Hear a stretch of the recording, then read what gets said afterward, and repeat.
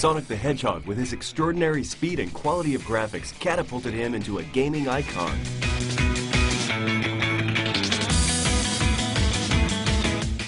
The Sonic franchise is vast, with over 70 million games sold worldwide, bringing a huge number of games to its loyal fan base and introducing a variety of characters, including Miles Tails Prower, Knuckles, Dr. Eggman, Amy Rose, and many more. And the franchise is set to grow even more as this year sees Sonic return with his latest video game installment, Sonic Generations.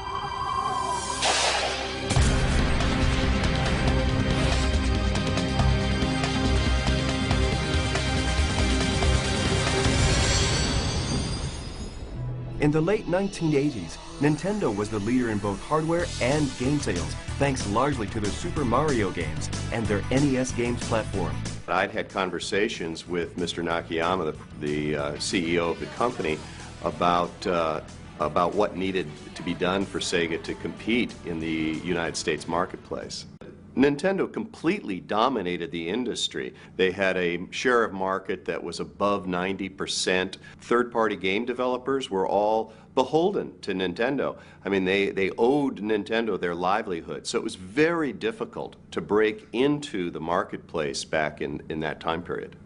Sega, despite recently launching the more powerful Genesis, still needed a stunning new game to really show what the system could do and attempt to readdress the balance. They made the decision that before this game, they would need a new mascot other than the current Alex Kidd, so a new character had to be developed. For some time, the management of Sega was aware that to compete with Nintendo, one of the things that would be necessary was their own strong character to compete with Mario. Sega really wanted to create its Sega's Mickey Mouse, Sega's Mario. The view at that time was you needed a mascot, typically a platformer, that brought to life what the,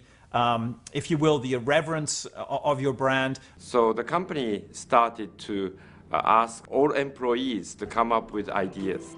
One person who heard this rallying call was Naoto Oshima. 純粋にゲームの企画を最初作ったんですけど、なかなか上司とうまく理解してもらえなくて、でそこに中さんがちょうどプロジェクトが終わって、で中さんに相談して、なんか一緒にゲーム作ってもらえませんかってお願いしたところ、快く中さんがじゃあ一緒にやろうよって中さんといろいろ相談しながら生まれたのがソニックになります。With Oshima developing potential character ideas, Yuji Naka, a young, talented Sega programmer who had already worked on several games, was tasked with not only programming the game that would feature this new character, but devising a game that could demonstrate the true power of the Genesis. そうですね、僕自身が速いものが好きだったっていうのもあるんですけれども、やはりゲームが上手くなったら早くクリアをしていくところができる方がいいんじゃないかっていうのが、その当時のゲームはですね、バックアップとかがなくてですね、セーブができないので、毎回ゲームを始めると一番最初から始めるんですね。今のゲームだと途中から始めることができるんですけど、昔は必ず一番最初から始まっていったので、そうすると一番最初のステージっていうのはもう何度もやってくるんです。そうすると上手くなってくると、このステージはもっともっと早くクリアできた方が嬉しいんじゃないかっていうのが発想の一番大きな元になって、そのためにソニックは速くなっていったんですね。なのでそれで速いスピードの中でクリアしていくっていう、そこがマリオとかと大きな違いになるんじゃないかと思って作り上げました。Meanwhile, in response to Sega's call for ideas and concepts for a new character and game, a board meeting was arranged. Naoto Oshima, Yuji Naka, along with all the other competing teams, had to separately present their ideas in the knowledge that only one team's proposal would be chosen. でその社内プレゼンの時にうちのチームだけが、ゲームもあってぬいぐるみもあっていろんなグッズをプレゼンで発表したんですね。で、そういうこともあって会社がバックアップしてこのゲームをちゃんとなんか力を入れて作ろうということで、その当時の中ではすごい期間も通常よりも長くもらえていいゲームを作れということで作れたというのがスタートになると思います。やはりソニックでの大きな違いっていうと今までそれまではマリオとかもそうなんですがブロック単位でゲームのマップが構成されているところをですね滑らかなこういうふうな形をすごく高速で駆け抜けるっていうところが大きなチャレンジだと思います。でここは滑らかに動けるっていうところがある程度目処がついたので滑らかにできるなら回れるんじゃないかということを思ってですね僕自身が。でそこでこういうループみたいなところのプログラムを作り上げてきて、ですけどこれを作ったはいいんですけどもものすごいここ高速でいくとですねループ回らずに突っ込んでいったりとかですねすごくここをきれいに回すのに苦労した覚えはあります。ソニックというキャラクターの絵をいろんな方に見てもらうとソニックはすごく子供のキャラクターでなんかすごく可愛いキャラクターだというふうに思われたので、でも私が思ってたソニックはもっと大人をイメージしてたの。With the Sonic the Hedgehog character reaching the final design stage, Sega of Japan felt they had the new mascot and game they were hoping for. The character and concept art was sent to Sega of America, who felt that Sonic needed some adjustments to make him more suitable for the Western market. I was asked to redesign Sonic from his backstory to his character so that he could actually work in terms of advertising and merchandising, the comic book series, and on TV. The Sonic team in Japan really hated Sega of America's redesign of Sonic. In the meeting, they absolutely did not come around. I mean, they created a beautiful character, and they didn't feel that we had any right to change that character, which is quite understandable. But we were on a mission, and we were going to make Sonic happen in all the right ways possible. We really believed in the redesign of the character, and he needed to be the face of Sega worldwide. After the meeting, however, they really assessed the strength of the game, the strength of the platform, and they determined that the Sega Genesis and Sonic was actually going to be more successful in America and in Europe versus in Japan. And so because of that, they decided that we needed to make the calls required to make this character successful. Sega of America marketing made it a little, in a way, edgier and in a way a little more comical, humorous, and softened it. With the character and game design really taking shape for North American audiences, along with the original Sonic team design for the rest of the world, Sega felt the project needed an equally impressive soundtrack. To achieve this, they brought in composer and co-founding member of Japanese pop sensation Dreams Come True, Masato Nakamura. I didn't treat Sonic as a game, but a film, because a graphic is great and it has a very strong story. So I thought, oh, this is a movie, film. So I wanted to create a movie music or film music.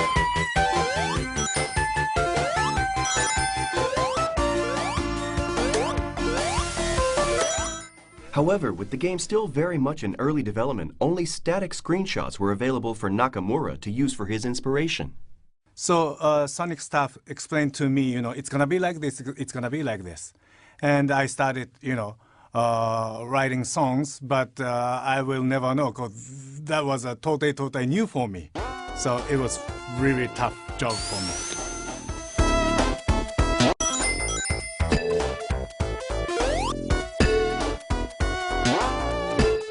So just because, I wanted to treat Sonic the Hedgehog as a film, my inspiration comes from each graphic, each stages. So if I can see a red color, so my music's gonna be like a volcano stuff, or if I can see Iceland, I wanted to create a kind of icy music. So my inspiration came from visual or graphic. at the same time, the Mega Drive system, the sound system is very limited. Maybe we could use 4 sound or at the same time. So it was really, really tricky, you know. But that limitation, you know, inspired me a lot.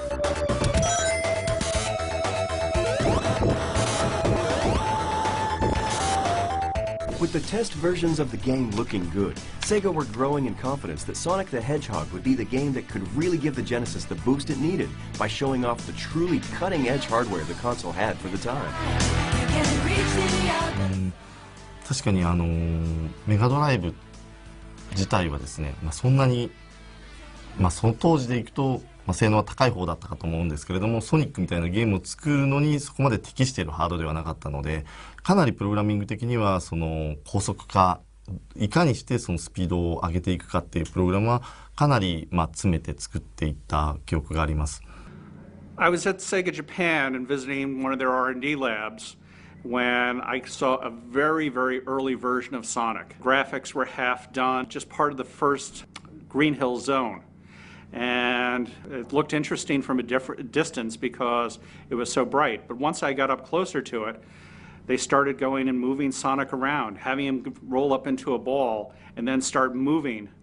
And it was like I had never seen speed like that. 作ってる時は本当に限界までやろうって言って割と早くしていたりした瞬間があるので、その時は確かに気持ち悪くなったりはしましたね。なのでそういった意味ではこうスタートする瞬間だったりとか、その後の流れてるところとかの調整みたいなのはその当時やった覚えがありますが、それでも最終的にはですね、プログラム、その当時のソニック1の時はソニック1の僕が作ったプログラムの限界まで実はスピードは最終的にも出してしまったんですね。なのでどちらかというと慣れてしまったのかもしれないですね。当初は確かに大丈夫かなと思った瞬間はあるんですけれども。About 2 months later, I went back to Sega Japan and got to see another version of it. The first level was mostly complete, and I was able to go and play it for myself. Then I knew we had something special. With the game nearing completion, how would Sega position the release to set it apart from anything else ever seen before? How did Sonic quite literally take the world by storm?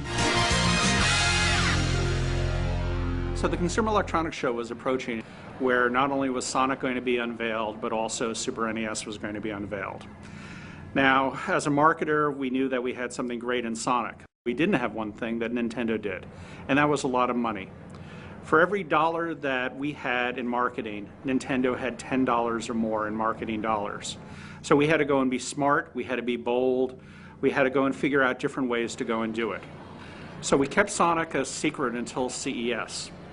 CES opened, and before the show opened, Nintendo had their big press conference introducing Super NES, saying why it was the greatest system in the world. It was the only system to go and think about. They had this great software lineup, including the new Super Mario World. After their press conference was over,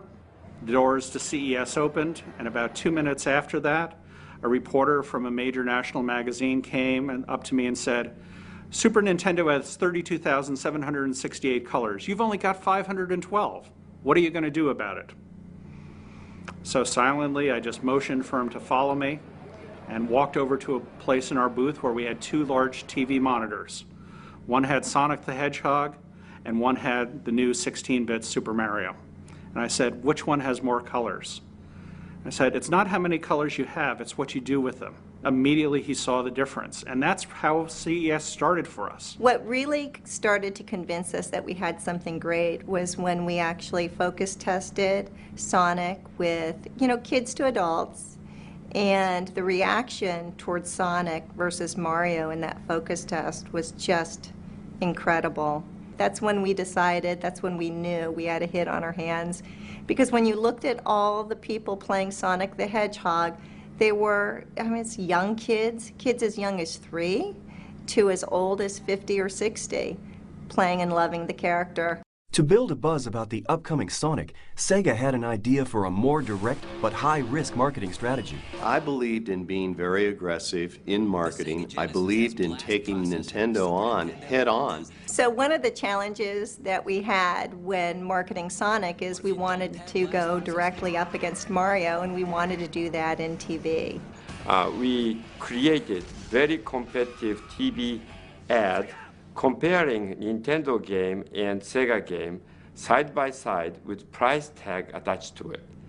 And we knew that the minute we would televise a commercial against Mario, that Nintendo would require that we pull the TV spot. Tom and the marketing team asked me,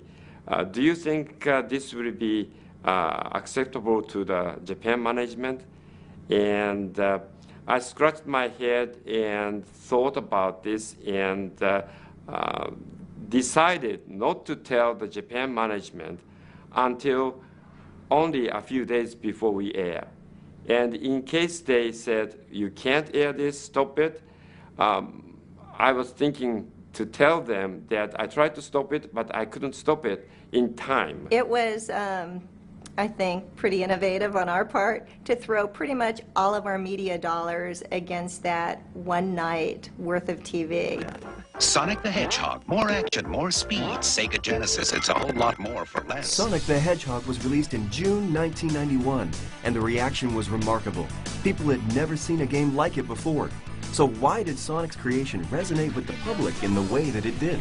Sonic was appealing for a number of different reasons. First of all, he just has a beautiful simplicity to him. Clean lines, just a gorgeous set of colors, the blue and the red tennis shoes. But secondly, he really communicated the power of the game just by looking at him. When you see those red tennis shoes, you just assume he can run fast, and he did. And his spin attack made it appear as though nothing could defeat Sonic the Hedgehog. And then the attitude at the end was just kind of the perfect topping. 僕が初めてソニックを触ったのはジェネシス、メガドライブの時ですけれども、ソニック・ザ・ヘッジホッグというオリジナルタイトルです。で、その時はそのゲームのスピード感と、あとはやはり音楽が持つキャッチーさ、そこに惹かれました。I was really taken by the speed and the feel of the game. And Sonic the Hedgehog just felt terrific. It was easy to play, it felt good to play, and the speed was just remarkable. I'd never seen a character move that quickly across the screen, and it was like magic back in those days. He had an edge to him. He wasn't your laid-back, soft, nice guy. He had a little bit of edginess to him and a little bit of smartassness to him, if you will. And I think that made him very appealing to kids and teens. 本当にまず第一印象かっこいいと思ったんですね。青いあんな小さな頭身のキャラクターですけども、あれが動いてる姿を見てもう本当にかっこいい。でこれが本当に家庭用ゲーム機なのかって驚いたぐらいすごい強い印象を受けました。Sega felt that Sonic was going to be a hit. Tom Kalinske felt Sonic's surefire appeal presented Sega with an innovative opportunity. The thing we had to do first and foremost was sell a lot of hardware, because otherwise, how are you going to sell a lot of software? If you don't get a lot of hardware out into the homes, you really had no chance of creating a marketplace with follow-on software. Tom and I went to Japan and sat down in a big Sega Japan boardroom with oval table with perhaps 30 board members and other executives and explained our strategy. That is, we lower our price from $189 to $149 when Nintendo was offering the Super Nintendo at $199. And on top of that, we wanted to bundle our software, Sonic 1, and create the bundle pack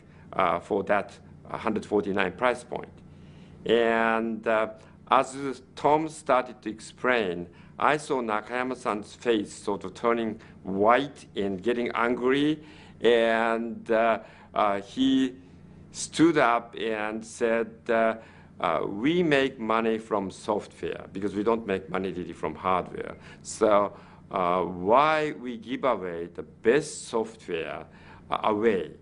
and he kicked the chair and literally ran to the door. Then I thought, well, that's the end of my career. And he turned at the door and he said, well, I hired you to build the company and take market share from Nintendo, and if this is what you think you have to do, go ahead and do it. So he supported our plan 100%, and to his credit, I think, to his great credit, because he could have easily said no. And because of his allowing us to do that, we then went on to really dramatically take share of market away from Nintendo in the next year. The concept of bundling in our industry, i.e. of putting in software with the hardware to drive accelerated sales rates or to forestall a price drop, is a time-honored tradition, if you will. What Tom Kalinske did in 1991 here with the Genesis, by putting Sonic in there, a AAA piece of software, kind of broke the mold, if you will, from what had previously happened, where the less desirable software had been packaged in because it was cheaper and more effective to be able to push that through rather than give away what was seen to be high profit margin software. People were buying Sega consoles simply to play Sonic, and with Sonic proving to be a huge success, it was inevitable that a sequel should follow. When we completed Sonic 1, which was originally developed in Japan, we realized that the real battlefield against Nintendo is the United States. Therefore, we brought the team to Palo Alto, California, and added some American resources and started to create Sonic game. And that really made much better, closer collaboration between the Sonic team and the US marketing team. After Sonic 1, we wanted Sonic to continue to grow. We managed his career, much like you would manage the career of a famous actor. And so what was important is that, first of all, we grew Sonic's world, and we introduced a new character by the name of Tails, so Sonic had a friend. And then we also continued to flesh out his Bibles and flesh out his backstory. We were much more involved in Sonic 2, but that said, the Sonic team really did drive the design of Sonic 2 as well. Al Nelson and I were a part of making sure that the new characters that were designed fit within the entire world. But the game was definitely driven, conceived of, and developed by the Sonic team. And they did a beautiful job as well. With Sonic 2 ready for release, Sega devised an incredibly clever piece of marketing, turning Sonic into a worldwide media sensation, and yet again improving sales of the Genesis, thanks to the aptly named Sonic Tuesday. Sonic Tuesday was an industry first, and we're proud of it. It was one of the first worldwide launches, if not the first worldwide launch. There was a whole lot of logistics involved in making sure that we had all the millions of Sonics delivered to every single retail outlet and making them hold it until Sonic Tuesday. And I remember talking with the president of some of the air freight companies we were using, and they were pulling their hair out and helping us manage this process of air shipping to every retail store and truck shipping to every retail store in America to make sure the product all arrived the same moment so that it could be at retail that next morning. Never before for a home video game had we witnessed the worldwide scenes of people lining up outside shops in the driving rain to take advantage of midnight openings, which back then was a true first for the video game industry. Sonic Tuesday was responsible for a major step up for the video game industry, a new PR and marketing benchmark that other publishers had to follow. Sonic 1 and 2 had been incredible hits and were just being played and played by the ever-growing fan base. Everyone just seemed to love Sonic, and while Sonic's popularity continued to rise, Sega continued to produce and release further games to add to the franchise. Sonic fans were appearing everywhere, and with it a competitive streak, as fans were eager to prove who was the very best amongst their friends. Everything we did was with this one goal in mind, to make Sonic a very, very strong brand, a preeminent brand in the video game industry, and also for kids' products in general. I believe that it was the first time anybody dared put their lead product in with the hardware. It was the first time there was TV shows developed around a character. I think it was the first time there were Happy Meal promotions where we sold 50 million Happy Meals with Sonic characters in it. I think it was the first time a character was in the Macy's Day Parade. from a video game. So I think there were a lot of firsts that we did. And certainly it was the first time anybody made fun of their main competitor in television advertising and kind of ridiculed their main competitor in television advertising. Then in 1998, Sonic's move into 3D was a big success thanks to Sonic Adventure on the Sega Dreamcast. そうですね、この20年間の歴史の中で、一つの大きなターニングポイントっていうのが1998年のソニックアドベンチャーだったと思います。それまでメガドライブのドット絵のソニックが 3D になって、単にそれが 3D になるだけではなくて、キャラクターとして初めて声を喋って、キャラクターが一体どんな気持ちでどういう目的で敵と戦うのかという、そういうドラマ的な部分が初めてゲームの中に加わったのがソニックアドベンチャーでして、喋らなかったメガドライブのソニックが初めてキャラクターとして皆さんに初めてそのキャラクター性を伝えられた。 This no longer really was purely Sonic on a tight rail going up and down across mountains and terrains. There was this magnificent world now that surrounded, because of the power of the hardware, that surrounded Sonic and his friends.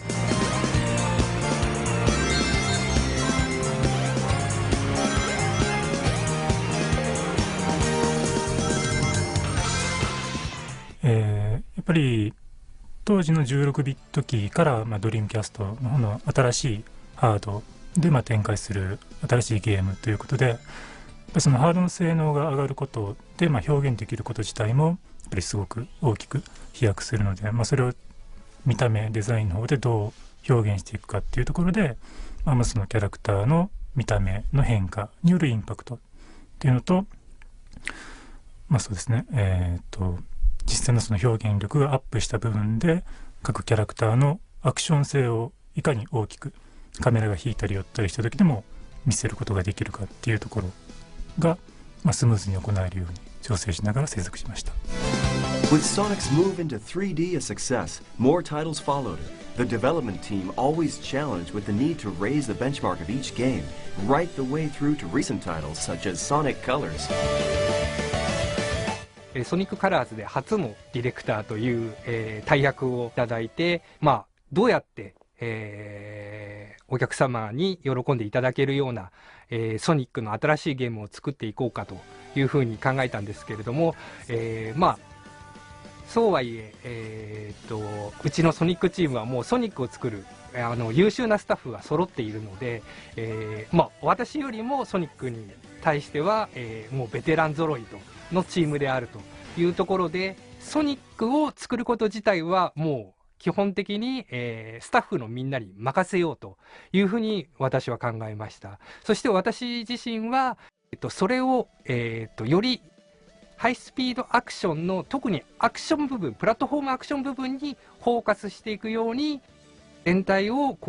誘導していくような立ち回りをしようというふうに意識して、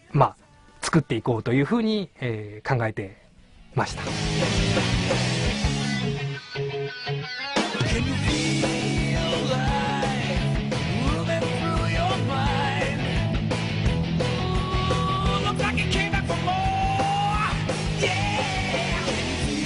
The music of Sonic still commands a steadily growing fan base that has been growing some truly wonderful music with contributing musicians that each brought their own style to the Sonic franchise. ソニックの長い歴史の中でいろんな楽曲がありました。で、その中で好きな曲とか自信のある曲を1曲あげろって言われてもなかなかこれは難しい話で、そうですね、トータルで言ったらもう100曲以上は多分作ってはいると思うんですけれども、その中で好きなもの強いてあげれるならば、ソニックアドベンチャー2のテーマ曲のリブ&ラーンと、あとはそのタイトルの中のステージ曲の一つだったエスケープフロムザシティという曲ですね。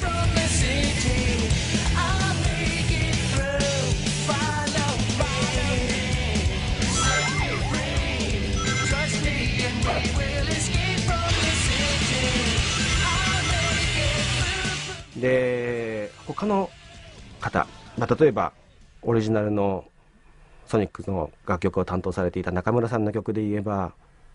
僕はソニック2のエメラルドヒルというステージの曲が好きです。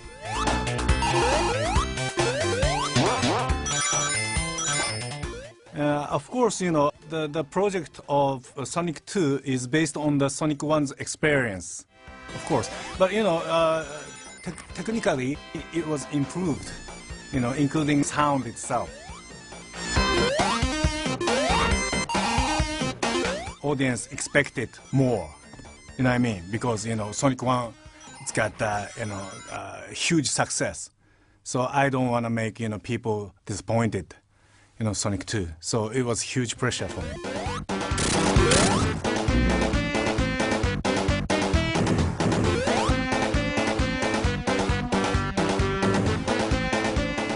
ソニックシリーズの中でこれまで自分が担当した曲で、思い入れがあるというか、一番力を入れて注いできて、力を入れて作ってきたのが、各タイトルごとのテーマ曲だったりします。でやっぱりどの作品でも一番そのテーマとなるものが一番その作品の核となるものを表しているので、ソニックのタイトルの、楽曲を制作して今までで一番、楽しかったなと思う、思い出はですね、ソニックアドベンチャーの楽曲制作になります。あそこで、録音の楽しさっていうのを知りましたし、世界中のプレイヤーのこのなんて言うんでしょう、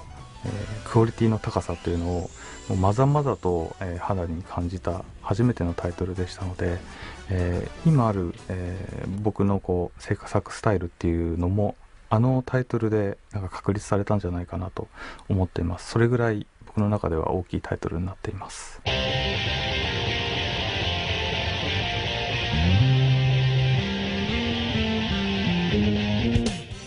To help celebrate his 20th birthday, Sonic is set to return in the game Sonic Generations, a game that embraces key eras in Sonic's remarkable 20-year history. ソニックジェネレーションズの特徴になりますけども、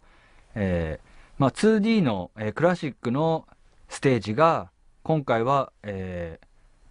今の、PS3 や360といった次世代機のハードを使って、3D となって、しかも、すごく密度の濃い世界観となって新たに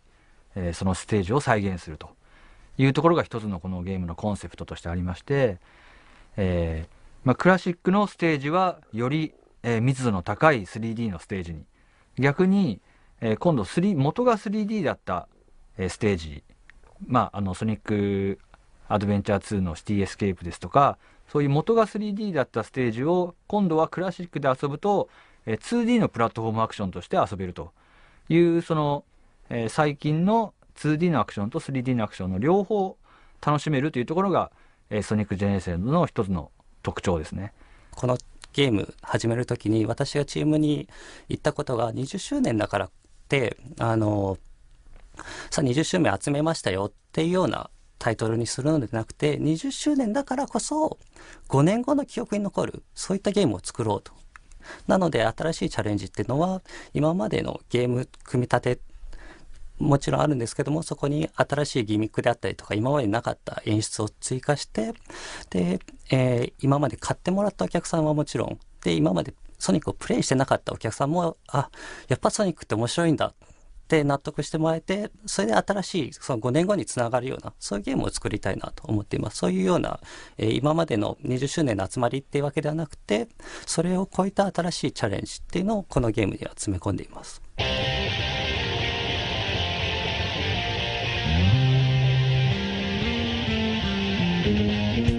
It's incredible to think now that we're in our 20th year of enjoying Sonic the Hedgehog games. There are very few characters or pieces of intellectual property, quite frankly, that can survive 5 or 6 years after sequels, never mind 2 decades. And I think it's a test to the timelessness, to the brilliance of the gameplay, to the richness of the world, that is Sonic the Hedgehog and all of his friends, and the fact that he has seamlessly transitioned from platform to platform to platform and never lost that edge, never lost the uniqueness of the gameplay, never lost that cheeky, irreverent feeling that we all get when we play Sonic. And I think it's very rare that you can look in our industry today for a character that's withstood the test of time, as has Sonic the Hedgehog.